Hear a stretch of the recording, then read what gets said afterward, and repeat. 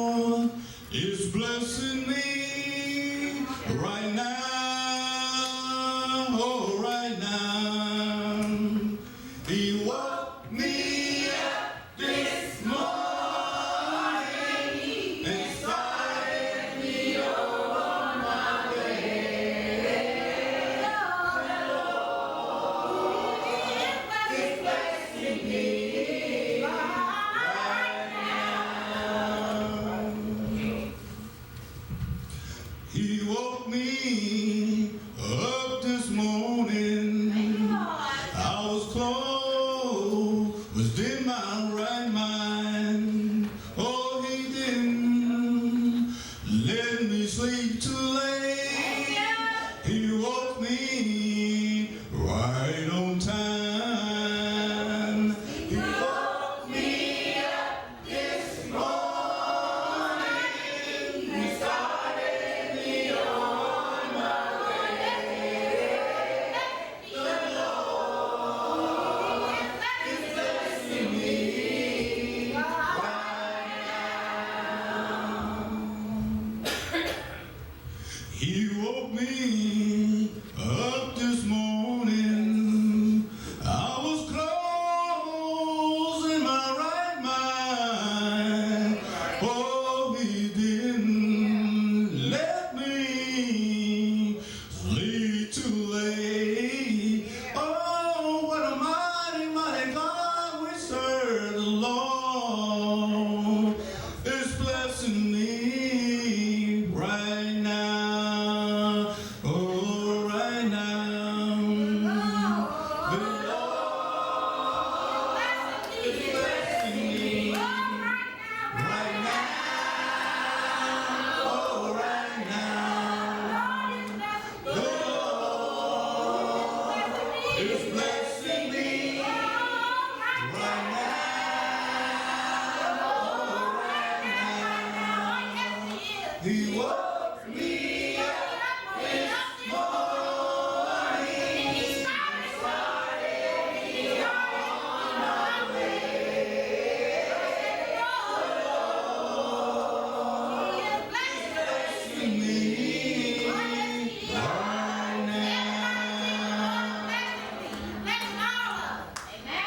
The Lord is blessing me right now.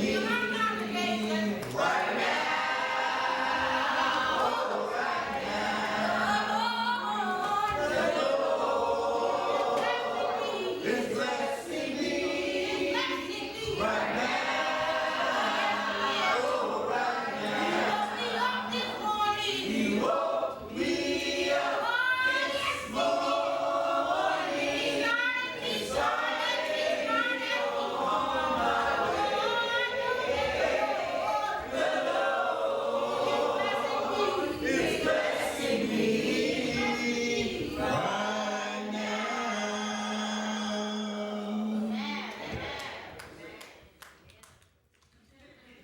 We're going to do is good to know Jesus. It is good to know Jesus. Amen. So we're going to ask everybody that knows the song to sing with us. We know you know Jesus. We hope you do. But if you know the song, we want you to sing with us, okay? Because this is worship. Amen. It's not entertainment, it's worship. Amen. It's good to know Jesus. It's mighty good to know the Lord. Well, he's Alpha and Omega, beginning and the end. It's good to know. I said it's mighty good to know. It's mighty good to know the Lord. Well, he's Alpha and Omega, beginning and the end. It's good to know. Well, now I came to Jesus just as I was. I was weary, I was weak, and then I was so sad. But then I found in Him a resting place, and He has made me so glad. I know that it's good to know. Jesus. It's mighty good to know the Lord. Well, oh yes it is. Well, He is Alpha and Omega, beginning and the end. It's good to know. I'll say it again. I came to Jesus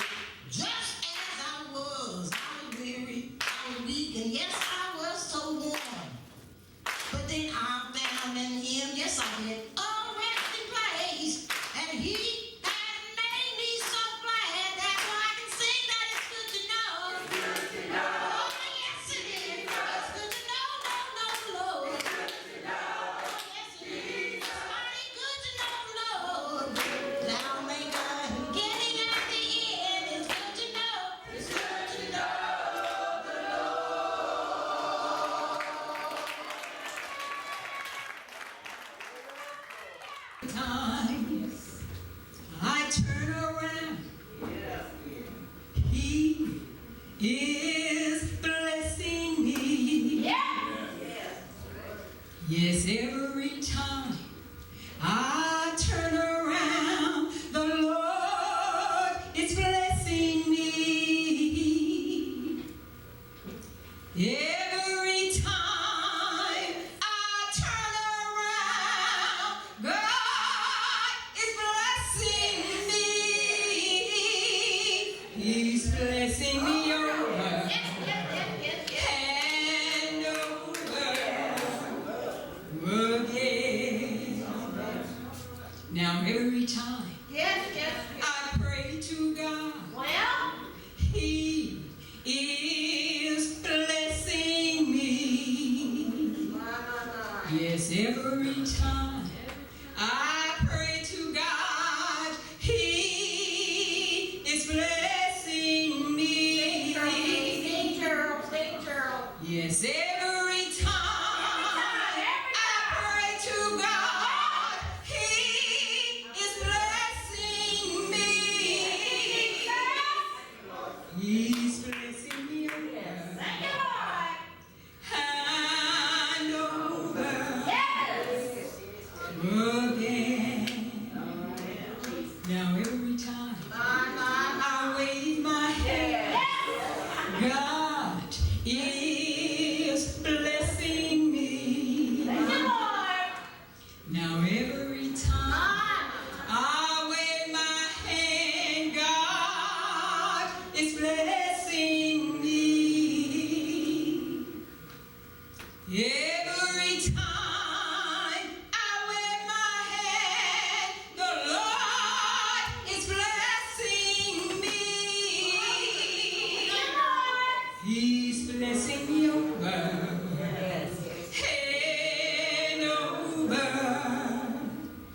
over again.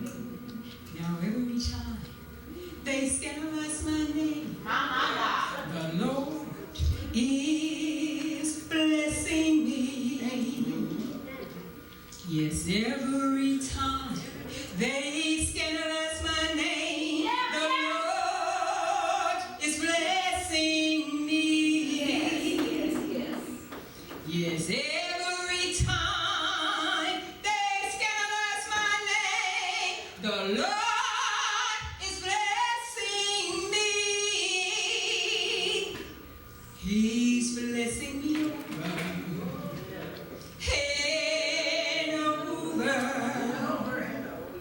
over again.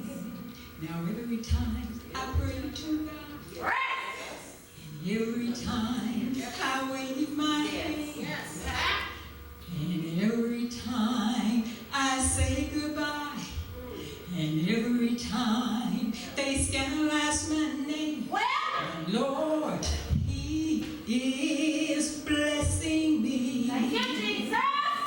He's blessing me over and over. He's seeing me over and over. He's loving me over and over. He's keeping me over and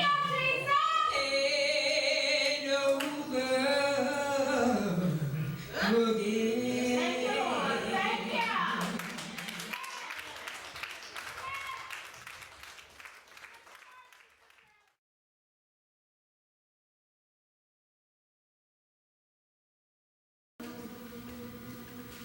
Lord, just thank you. Every time I turn around.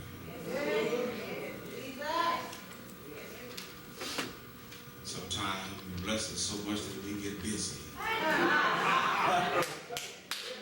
Turning around over and over again. The air we breathe, every breath we take is a blessing. If you allow us to walk, every step we take is a blessing. Amen. We breathe every day and don't even think about it. oxygen that you provide for My us Lord, I thank you. all of our lives. We don't even think about it until we don't have it anymore. We have a hog mentality. When the food is not in the trough, then that's when we look up. But we want to thank you. Every time. Turn around. Blessings over and over again. Again, we pray for those who were affected by the storm. There may be members who are here today that may have been affected. And we lift them to you. And we lift others as well. Businesses and individuals alike. Pray that you would help them in recovery efforts and then help us to be a blessing to them as well. We continue to pray for the people in Dayton that were affected a week or so ago. Lift them, Brother Carter from St. John. We lift him to you. It was a devastating blow. But every time we turn around, we know you're blessed. So let's lift him to you in a specific and special way along with this city. In Jesus' name we pray. Amen. Amen. Amen. And again,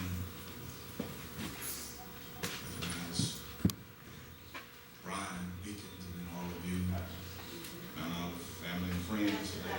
Amen. Good to see you. Pray for Deacon Monroe Carter. He's a deacon at Great St. John. He called me the other week.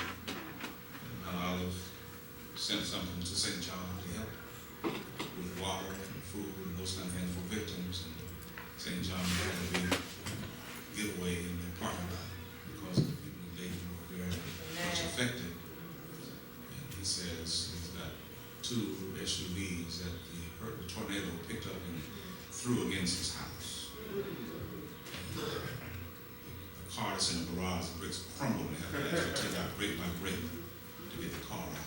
There's 3 already lost. Plus his house is off the foundation. And so pray for him.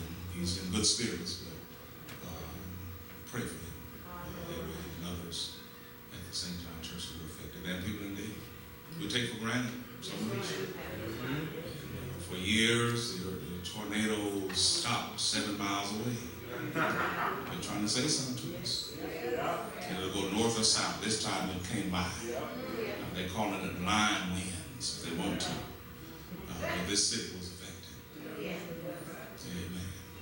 We keep on having gay pride parades. It's going to get worse. Amen. It's on YouTube. Don't have to edit that out. Amen. You need to be careful. Amen. Playing with the Lord. Homosexuality, and that ain't what I'm talking about today, but I'm just going to drop it off. It's unnatural. It's unnatural. And don't start trying to defy God with that, because He's going to show you who the boss is. Amen. Now, let's get to the sermon, Brian. I know what my nephew said, my uncle just fuss all the time. Genesis 22, 1-14. Shall we stand? And we're going to read this in responsive reading fashion. I'll read the first verse, read the second. We'll continue to alternate until we get to verse 14, at which time we'll read together. Genesis 22, 1-14, in responsive reading fashion. I'll read the first verse, read the second. We'll continue to alternate until we get to verse 14, at which time we'll read together.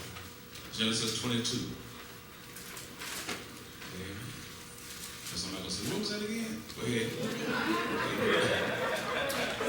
All right. It said, and it came to pass after these things that God did tempt Abraham. He said unto him, Abraham, he said, behold, here I am. And he said, take not my son, thine only son Isaac, whom thou lovest, and give thee into the land of Moriah, and offer him there for burnt offering upon one of the mountains which I will tell thee of. And Abraham rose up early in the morning, saddled his donkey and took 2 of his young men with him, and Isaac his son, and clave the wood for the burnt offering, and rose up and went to the place which God had told him to go. They don't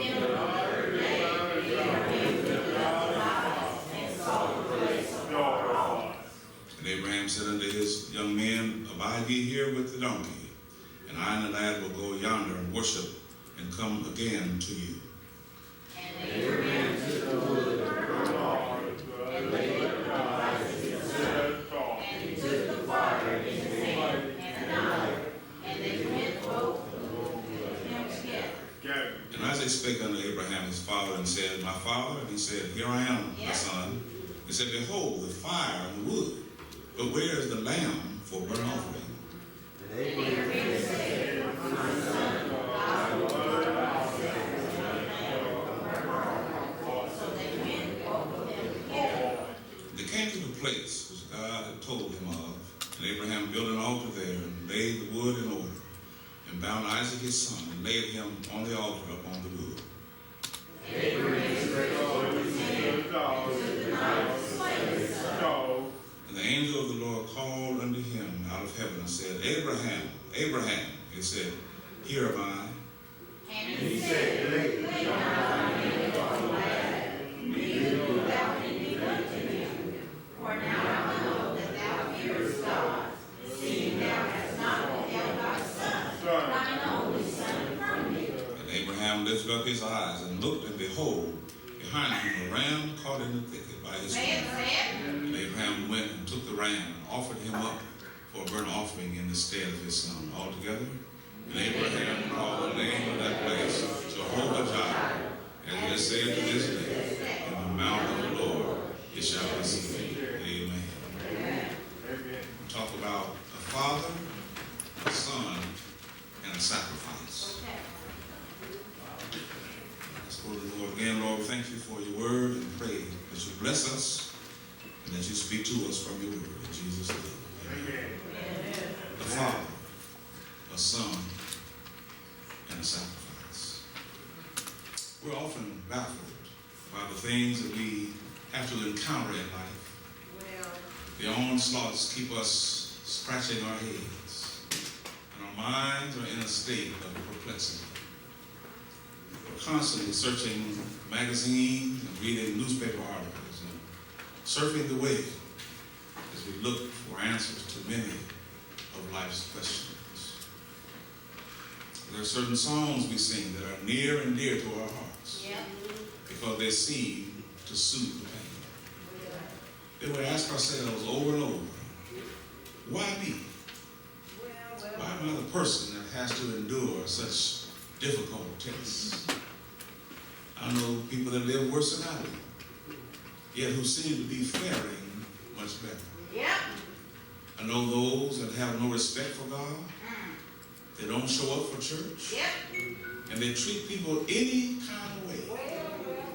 And yet they don't seem to have a worry in the world. And Lord, look at me. I read my Bible. I pay the tithe. I go to Bible study.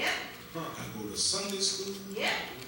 I love you and your people. I try to respect everybody. And I treat everybody right. But then every time I turn around, Jardine, if it's not one thing, it's another. But let me encourage you today by saying that regardless of what it is that you're encountering, it's just a test. If you're in Christ every once in a while, your faith is going to be tested. And a faith that is not tested is a faith that cannot be trusted. Don't put a lot of confidence in a faith that hasn't gone through the fire, because many times we think we can endure until trouble comes. We need to be careful about saying what we won't do. We have yet to be tested by the fire. Difficult predicament will have you saying and doing some unusual things that you say you never do. So Genesis 22 describes the unimaginable tests that God put Abraham through. I believe we can learn much from Abraham's example. Scripture says, and it came to pass after these things that God did tempt Abraham and said unto him, Abraham, he said, behold, here I am. Now, a better word translated in the Hebrew for tempt is the word test. Notice when Abraham's toughest test came, it came after these things. And so we raise the question, what things? Okay. In a general sense, the words refer to all of Abraham's preceding trials. He had gone through 9 previous afflictions. And those trials were his departure from Haran, in Genesis 12, 1 through 4. His flight to Egypt from famine, Genesis 12 and 10. The Egyptian seizure of his wife Sarah, Genesis 12, 14 through 40. His rescue of Lot from captivity, Genesis 14, 6. His acceptance of Sarah's recommendation to bear a son by the bondmaid Hagar, Genesis 16, 1. His circumcision at age 99, ouch, in Genesis 17, 24. The second seizure of Sarah by Abimelech, by King of Gerar, Genesis 20. Hagar's expulsion, Genesis 21, and Ishmael's expulsion in Genesis 21. But in a more specific sense, the words after these things relate to what happened in chapter 21. In chapter 21, we read about the miraculous birth of Isaac. Yeah. And the great feast Abraham made when Isaac was weaned. So after these things, God tested Abraham. He said, take now thy son, thine only son Isaac, whom thou lovest, and get thee into the land of Moriah, and offer him there for a burnt offering upon one of the mountains which I will tell thee of. That request did not fit Abraham's theology. There was no history in the covenant of God for human sacrifice. That was a pagan practice. No child of God would ever offer his own son in a sacrifice. Furthermore, Isaac was the son of promise. God had touched the dead loins of Abraham and Sarah and enabled them to produce a son that would be a part of fulfilling God's promise to Abraham. Why would God now call for a human sacrifice when he had never called for one before? Why would God go through the trouble of enabling a barren woman to produce a son he later asked to be killed? And to make matters worse, not only is Isaac scheduled to die, but Abraham was the one assigned to kill him with his own hand. But Abraham rose up early in the morning, saddled his donkey, and took his son and prepared the wood for the burnt offering, and rose up and went to the place which God had told him. Now, there are several problems that Abraham had to encounter. The first problem was an endure problem. I say endure because Abraham was now an old man. In his old age, Abraham had fathered a child. Sarah was 90, and Abraham was 100 when the baby was born. I think you all remember Dr. Blunt when he was here. One time he was in Kokomo, and he said that people using all these things to try to help themselves in their marital situation. He said, Lord, whatever Abraham got, that's what I want. Abraham had some kids after Isaac with Keturah. So he didn't stop at Isaac. So Lord gave him something. I don't know what it was. But there are some things that you cling to when you get older. And you may not necessarily cling to them while you're young. So Isaac would have been especially attached to his father. When we read this text, we usually think at this particular time that Isaac was just a child. The Bible refers to him as a lad.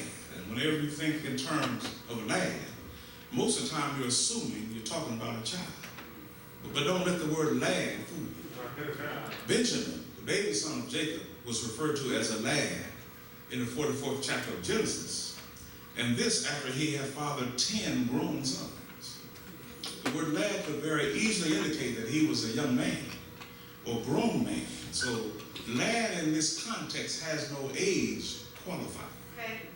When you check out the status of Isaac, you conclude that Sarah was 127 years old when she died. She was 90 when Isaac was born. And Isaac was offered as a sacrifice 4 years before she died. So that makes Isaac around 33 years of age when he was offered as a sacrifice. And that sounds like somebody else. Somebody else was 33 when he was offered as a sacrifice. And since I'm there are a whole lot of similarities between Isaac and Jesus.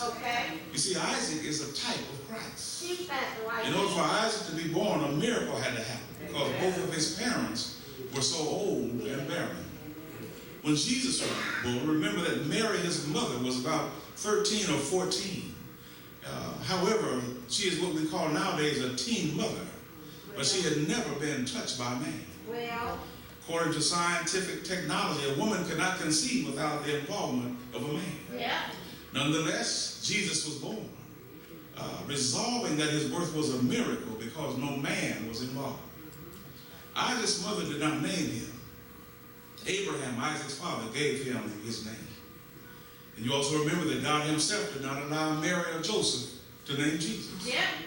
God sent an angel down to Mary and said to let her know that she's going to bring forth a child, that his name shall be called Jesus, for he shall save his people from their sin. When Isaac was on his way up to the mountain, it was his responsibility to carry the wood to the sacrifice. In like manner, when Jesus was on his way to Calvary, it was his responsibility to carry the cross up the mountain. Isaac did not lay the wood on himself, it was laid on him. Jesus did not lay sin on himself, it was laid on him. Now, an interesting fact about Mount Moriah is, according to history, it is located just outside of Jerusalem. In the same manner, Mount Calvary is on the outside of Jerusalem. It is believed that Mount Moriah is connected to Mount Calvary because it all happened at a particular place. Abraham's offering of Isaac on Mount Moriah typifies God offering Jesus on Mount Calvary for the sins of the world. Someone has put it very ably that Mount Moriah is the Old Testament's dress rehearsal for Mount Calvary. Y'all don't know when it's God says, Abraham, give up Isaac. Abraham not only had an enduring problem, he also had an explaining problem. How could he possibly go before people around him and tell them he's waited 100 years for a son? And when the son came up, tell them that he's killed him. But many of us have had problems we couldn't explain ourselves. And one of our problems is we try to explain stuff that's unexplainable because we're afraid of what people will say about us. But Peter tells us that we are a royal priesthood, a chosen generation, a peculiar people.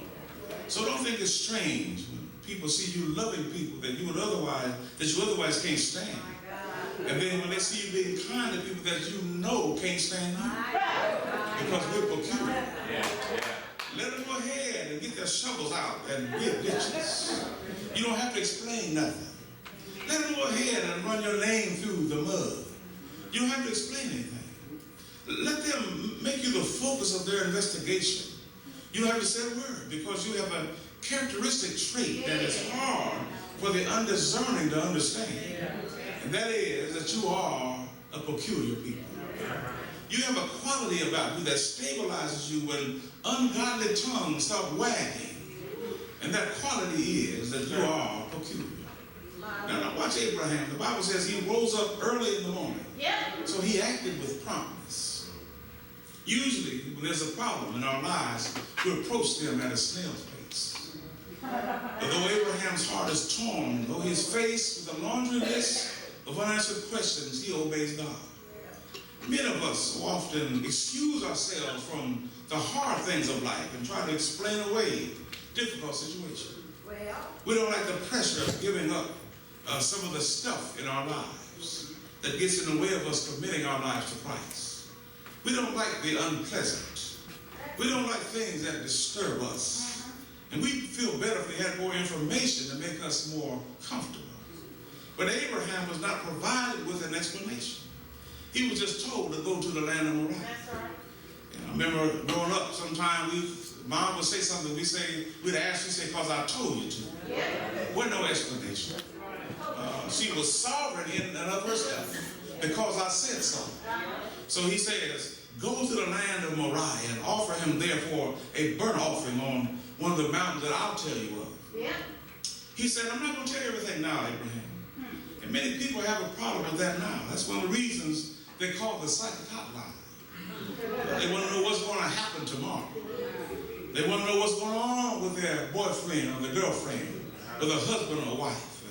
You remember Miss Cleo, who used to be on the hotline, and she was such a psychic, she would have known and seen the sheriff's department on the way to pick her up to arrest her for fraud. Looked like she said, Miss Cleo must go now. She didn't say it. They walked in and said, you have a right to remain silent. So he didn't give all of his instructions at once. And remember when God told Moses to get Israel out of Egypt? He told him to leave and go to a land flowing with milk and honey. But for some reasons, there were some things on the journey that God didn't tell Moses or Israel. He didn't tell them that they were going to come to bitter water. He didn't tell them that there'd be a Red Sea before them. He didn't tell them that they were going to run out of food in the wilderness. He just told them to leave now. And if God shows us the problems we're going to face, we'll never move on.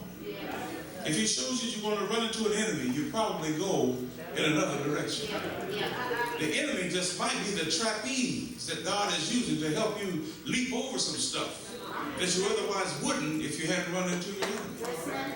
If we knew everything ahead of time, we might not ever carry out what we're going to accomplish. So Abraham lifted up his eyes and saw the place afar off. Bear in mind that where he had to go was a 3 days journey. It doesn't seem bad, but when you're facing a crisis, 3 days can be a long time. I can imagine he didn't sleep either night, since he knew he had to give up his son. I'm sure he talked to him day and night. And in his mind, Isaac was already dead. In his mind, Isaac was dead for 3 days. And whenever a child of God sees 3, bells start going off in his mind. You remember there were 3 Hebrew boys that prayed their way out of the fiery furnace. Daniel had a habit of praying 3 times a day. Jesus had an inner circle of 3, Peter, James, and John. Jesus raised 3 from the dead, Lazarus, Jairus' daughter, and the widow's son. Jesus went on 3 mountains, the Mount of Olives, Mount Hermon, and Mount Calvary. There were 3 crosses at Calvary. A cross on the left, a cross on the right, and a cross in the middle. There were 3 in the Godhead, and still are. God the Father, God the Son, and God the Holy Spirit. And when we go to heaven, we don't have to worry about a traffic jam, because there are 12 gates to the city with 3 gates on each side. That means if I live down south, I don't have to catch a flight up north to get in. Because there are 3 gates in the south, 3 gates in the east, 3 gates in the north, and 3 gates in the west. While Jesus hung on Calvary, darkness covered the land for 3 hours. His name was written in 3 languages, Hebrew, Greek, and Latin. And finally, Jesus stayed in the grave for 3 days. And on the 3rd day, he got up with all power in his hand. So on the 3rd day, Abraham lifted up his eyes and saw the place afar off. If you keep trusting the Lord, eventually you'll see. You see, there's a difference between faith and sight. Sight will let me see myself going to bed, Caroline. But faith will let me see myself get up and sight will let me see myself filling out a job application. But faith will let me see myself retiring from the job. Sight will let me see myself making a down payment on a house. But faith will permit me to see the deed when I pay it off. Sight will let me see myself getting a car on credit. But faith will let me see myself paying the last note. Some people like sight, but it's best to depend upon faith. So Abraham acted promptly. And Abraham was not provided with an explanation. And here we see that Abraham acted privately. He kept what he was about to do private. He left everyone else at the bottom of the mountain. He told them, the lad and I will go to worship and come again. And sometimes in our lives, we got to share some of the dead weight and leave the excess in our lives at the foot of the mountain. You've been dragging dead weight for a long time. And sometimes dead weight folk can cause you to miss what God has in store for you. They'll stall and stagnate your process and cause you to be at a standstill. You know the people that hang on to you like that, and when the past won't let you go, you know they're hanging on to your ankle as you drag it up and down the street because it's trying to be with you, and you're through with it, but it's just got to just hang on with you and want another chance, and it'll do better. But sometimes you got to leave the excess at the bottom of the mountain.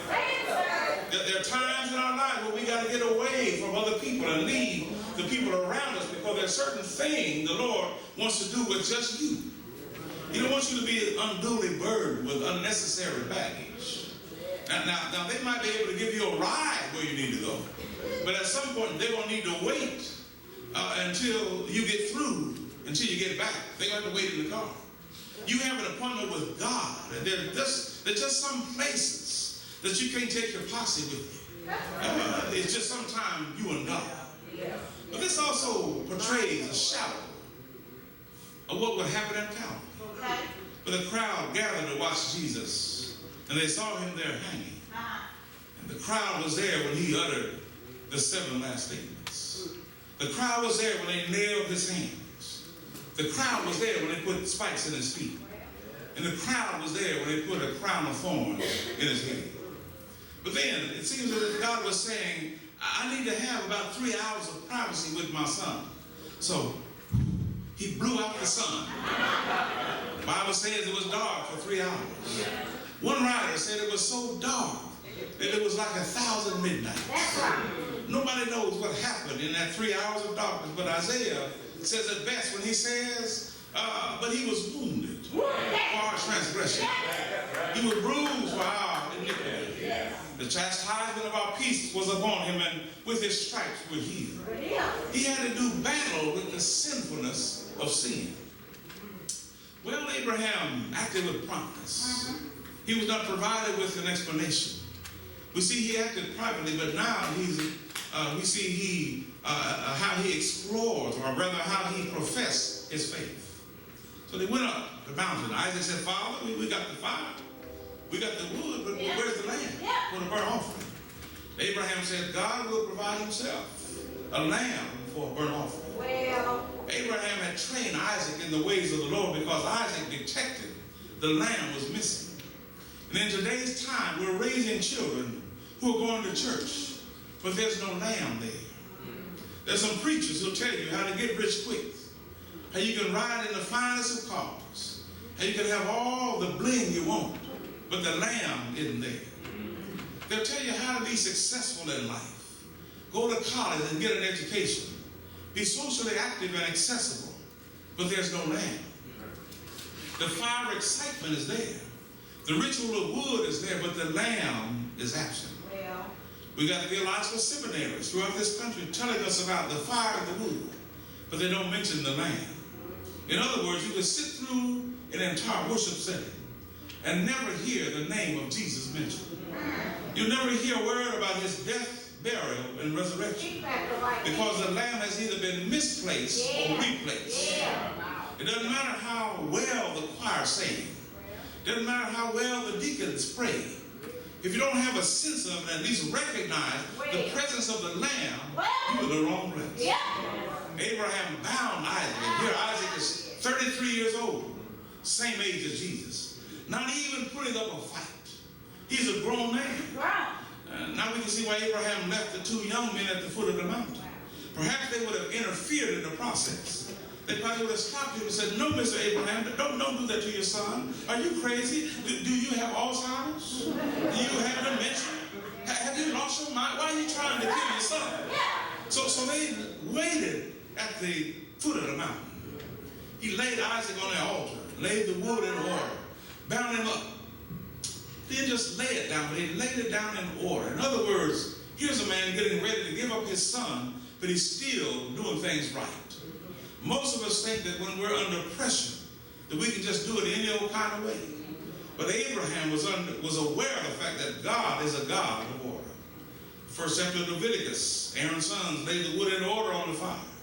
They laid parts of the head and the fat of the sacrifice in order on the wood. So Abraham didn't just dream this up. He teaches us that no matter what we're going through, we got to do it God's way. So he stretched forth his hand and got ready to come down with the knife to take his son's life. Then the angel of the Lord called to him and said, Abraham. He said, here I am. Don't do anything to the boy. God knows that you fear him, seeing that you didn't withhold your son, your only son, from him. Abraham looks up and there's a ram in the bush. He called the place Jehovah Jireh, which means God will provide. What about you today? What Isaacs do you have in your life? After Abraham's initial call, Abraham God had Abraham's undivided attention. But after the birth of Isaac, the attention swung from God to Isaac. What happened was the blessee had given the blessor spot to the blessing. The blessee had allowed the blessing to replace the blessor. And God, the blessor, did not want the blessing to stand between him and the blessee. You see, God didn't want Isaac, he wanted Abraham. He's not after what we give up, he just wants to be number one in our life. So what is your Isaac?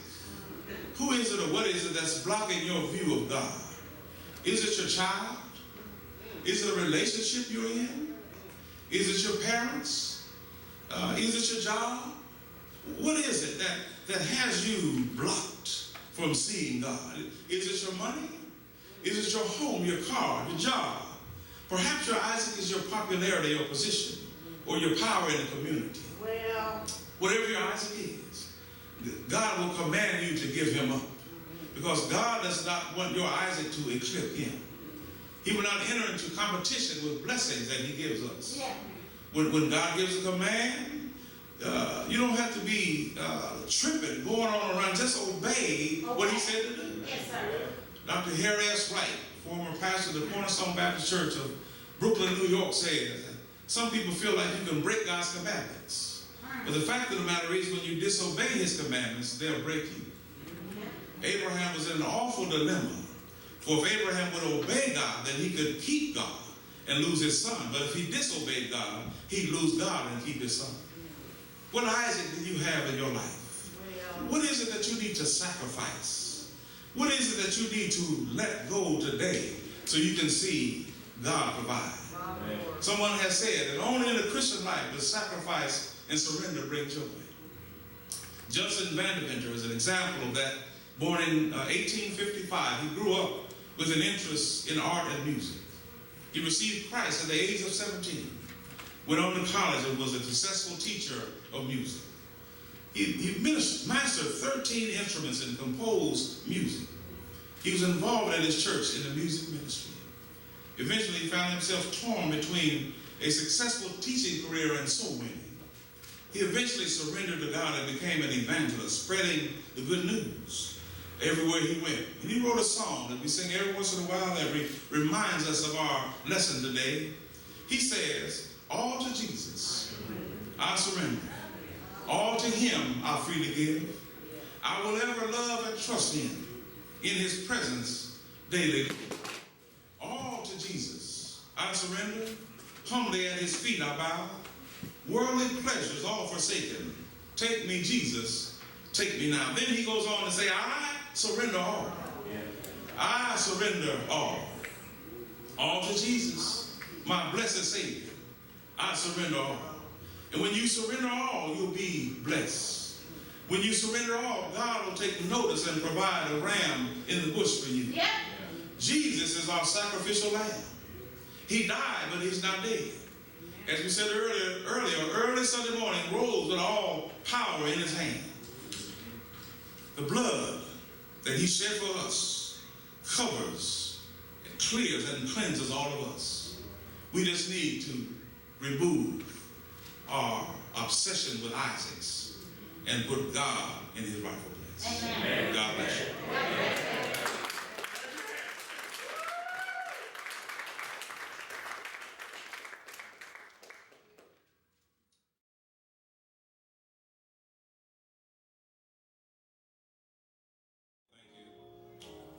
Say amen to your word.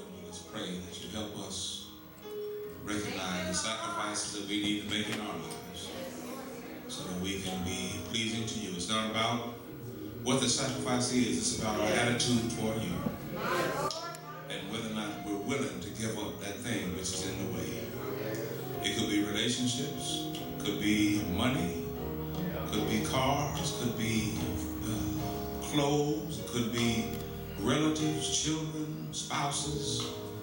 But all of us have some Isaacs. We pray that you give us the strength and wherewithal to be willing to give them up, that we might glorify you. And then we see that when we're willing, that you still will allow us to have certain things materially. We just thank you for that as well. So we pray that you help us with our attitudes, that we have the right attitudes toward you in all that we do, that we might glorify you in our everyday lives. Now may the grace of the Lord Jesus Christ, the love of God, the sweet communion of the Holy Spirit rest, rule, and abide with us now and ever. Shall we all say together, amen.